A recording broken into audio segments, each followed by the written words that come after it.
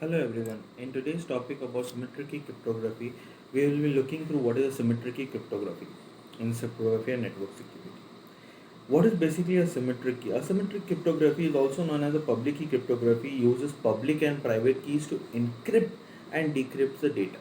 The keys in the pair on one, like the keys are in simple large numbers that have been paired together but are not identical, like asymmetric. One key in the pair can be shared with everyone. It is called the public key. The other key is in the pair is kept secret. It is called the private key. Either of the keys can be used to encrypt a message.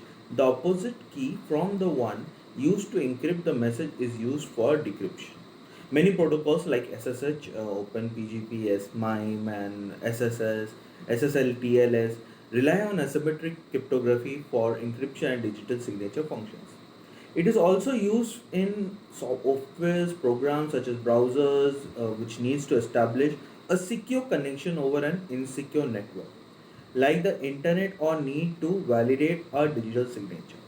Encryption strength is directly tied to key size, and doubling key length delivers an exponential increase in strength, although it does impair performance. As computing power increases and more efficient factoring algorithms are discovered, the ability to factor larger and larger numbers also increases. For asymmetric key encryption to deliver confidentiality, integrity, authentication, and non repeatability, users and systems need to be certain that a public key is authentic, that it belongs to the person, or users and systems need to certain that the entity claimed and that are not been tampered with or replaced by a malicious third party. In So when we see this diagram where we have Alice, Bob is sharing one data with his public key, and that is going to for a communication, and that goes to the next part. And when he wants to try to reopens it, he cannot reopen it through that public key that through it he has logged in. He has to use his private key. It is something like your credit cards or debit cards, which has a ID number to it, CVV number to it, which is a public key actually.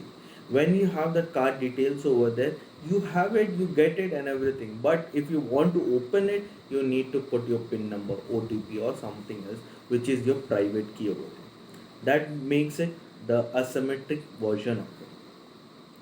So in the same thing, we have a general idea how it works, where we have a data encrypted over there through a public key, and it is given to the public over there, because that key is not going to use it again for any other work. So once it is done, then the Bob you goes to the key generation procedure. It can be the OTP system, it can be the PIN system generated by one organization over there and given to you. So that channel will give you the private key, and through which you can decrypt it and use it.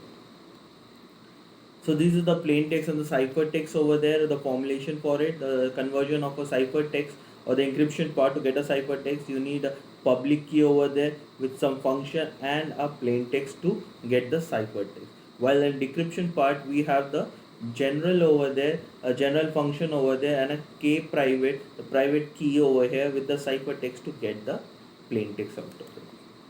So when we are talking about the same thing, we have the trapdoor one-way functions over here. So trapdoor one-way function is basically where one system goes, opens it, and that system is nowhere used to open it again.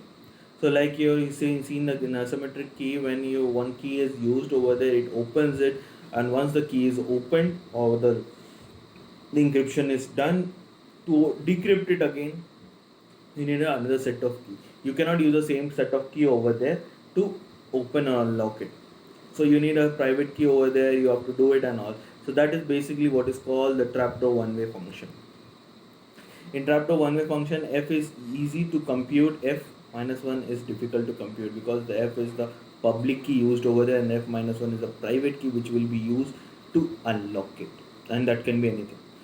And when we are talking about the trapdoor one-way function, we have given y and a trapdoor, x can be computed easily.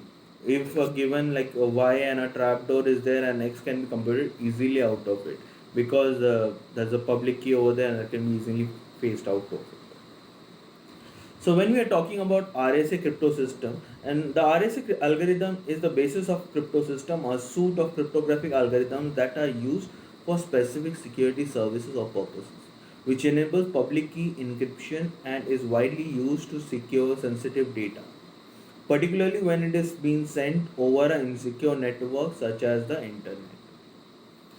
So when we are talking about RSA, the RSA was first publicly described in 1977 by Ron Rivest, Adi Shamir, and Leonard Adorno of the Massachusetts Institute of Technology (MIT). Though the 1973 creation of a public key algorithm by British mathematician Clifford Cocks was kept classified by the UK GCHQ until 1997. Public key cryptography is also known as asymmetric key.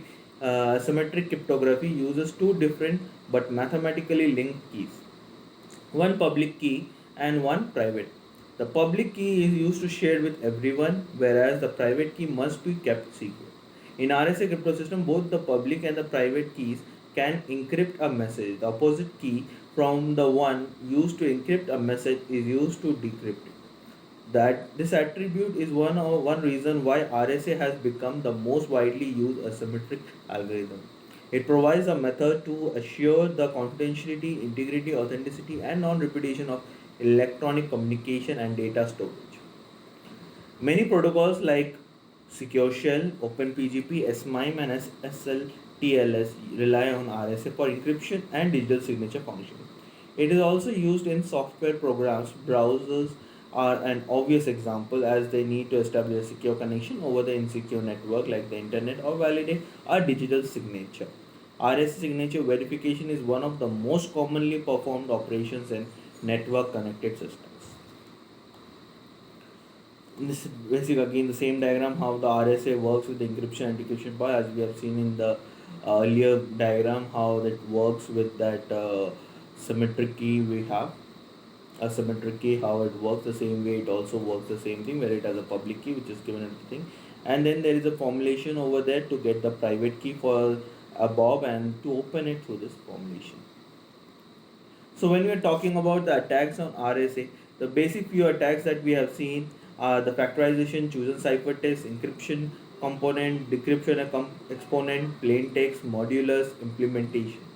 So when we are talking about it, the first one comes the factorization. The factorization is when they can factorize and divide the datas over there to get the best out of it, and I take an idea about the key, what can be used as a private key over there. Chosen ciphertext is something where they have taken the ciphertext and tried to decrypt it through different mechanism, and once that mechanism which successfully decrypts it is called the, we know that this is the algorithm, this is the key they are using, and then we can open it. That's called the chosen ciphertext.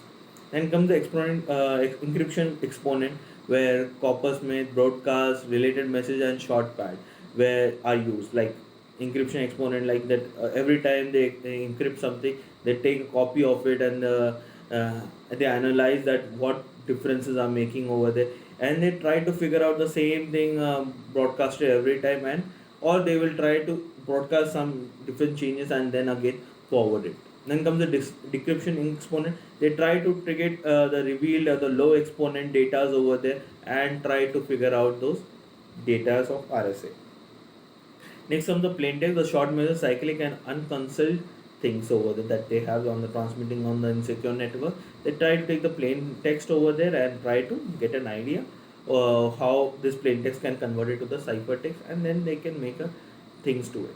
Similarly, they can take the plain text after encryption also, before encryption also, and after decryption also, and they can figure out what is the process they have. Next comes the modulus, the common modulus that has been used in all the encryption has been done, so that they also can get to know what is the encryption part they have or the key element that they are taking out. Implementation, timing and power, how much time it takes to encrypt it.